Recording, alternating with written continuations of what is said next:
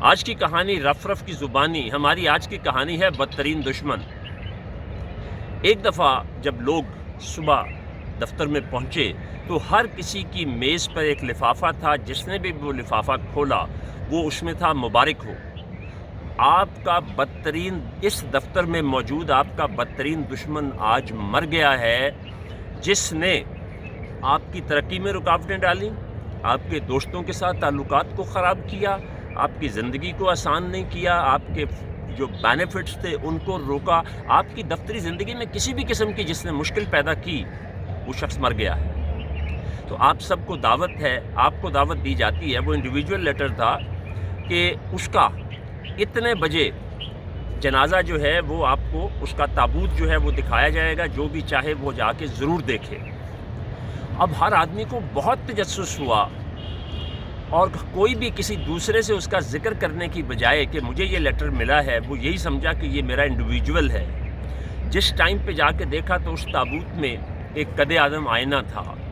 اس آئینے میں اس کو کس کی شکل نظر آئی؟ اپنی شکل نظر آئی۔ تو یاد رکھیے، یہ تھی آج کی کہانی۔ اس میں ہمیں ایک بہت بڑا سبق جو ملتا ہے وہ یہ ہے کہ میرا شمار بھی تو میرے دشمنوں میں ہے، میں خود بھی ہوں اپنے آپ کے پیچھے پڑا ہوا۔ اپنی ذات کو جتنا نقصان انسان خود دیتا ہے کوئی اور نہیں دیتا۔ اپنے رشتے ناطے، اپنے معاملات، اپنے کاروبار کے معاملات جتنے زیادہ وہ خود خراب کرتا ہے کوئی اور نہیں کرتا۔ زندگی میں آنے والی زیادہ تر مسائل اور مصیبتوں کا ذمہ دار وہ خود ہوتا ہے، لیکن وہ کرتا کیا ہے؟ اپنی تمام تر کمیوں کوتاہیوں کو دوسروں کے سر ڈال دیتا ہے۔ کبھی حالات کے، کبھی وہ یہ نہ کرتا، حالات یہ نہ ہوتے، میری شادی یہاں نہ ہوتی، میرا کاروبار یہ نہ کرتا، کاش میں یہ سبجیکٹ نہ رکھتا، کاش میں یہ نوکری نہ کرتا۔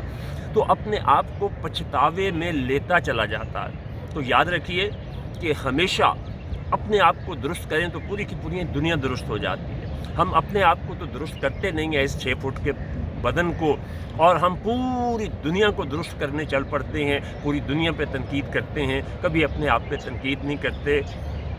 تو وہ بلے شاہ نے کہا نا کہ پڑھ پڑھ عالم فاضل ہوئیں، کدی اپنے آپ نو پڑھیا ہی نہیں، جا جا وڑنا ہے مسجد مندر، کدی اپنے آپ چ وڑیا ہی نہیں، اپنے اندر چاتی پائیں۔ جیسے نو دائی سیلف کہتے ہیں، جس نے اپنے آپ کو پہچانا اس نے خدا کو پہچان لیا۔